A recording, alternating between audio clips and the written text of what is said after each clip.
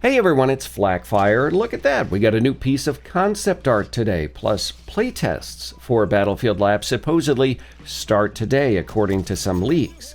Insider Gaming reports the first batch will run approximately 2 hours on PC. Battlefield themselves didn't confirm the exact date of the test, but they did announce today on social media they're focusing on gunplay and the movement experience, looking for feedback on a few things. It includes the feel of weapon archetypes, improvements to aim and control, weapon balance and fun factor, look and feel of movement, moving and interacting with the map, as well as combat pacing. Developers also revealed some key details in the announcement, including big changes to the movement system.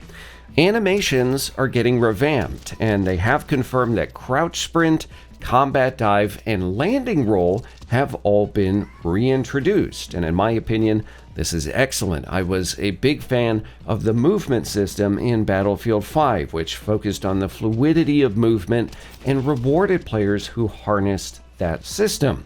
Tell me in the comments if you're excited for that. Personally, I think some of those movement aspects were sorely missed in Battlefield 2042.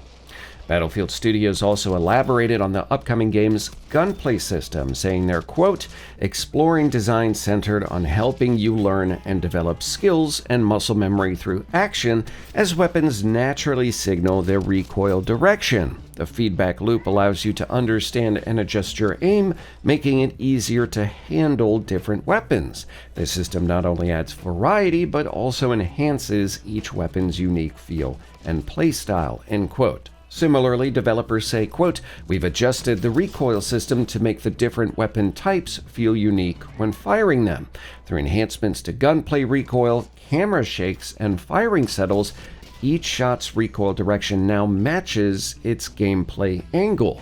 The weapon visually stabilizes the more accurate your handling is, making you feel like you're actually firing and controlling it.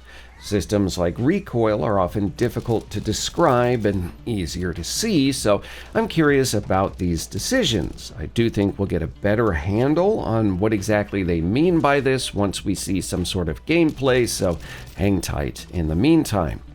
The other big news is that developers are optimizing for a 60 Hz tick rate across all platforms and inputs.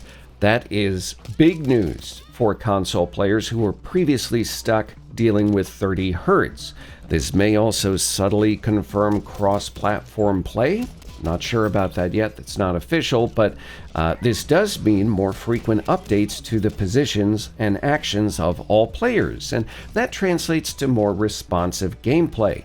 Devs say, quote, you'll notice more precise shooting and movement, enhanced damage feedback, and more accurate representation of other players' positions and combat outcomes. This was one of the more frustrating aspects of playing Battlefield on console. So we can talk about Battlefield 1, Battlefield 5 in that regard. So bumping to 60 Hz for this, definitely going to be welcome for the console players.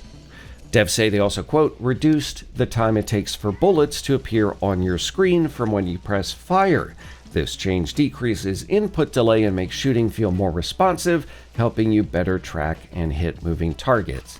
Again, this is something that's probably easier to feel than to describe, so fingers crossed we're going to be able to get hands-on Battlefield Labs sooner than later.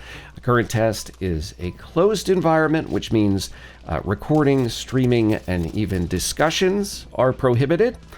I did not make it into the first test, but I also highly doubt the game will stay under wraps.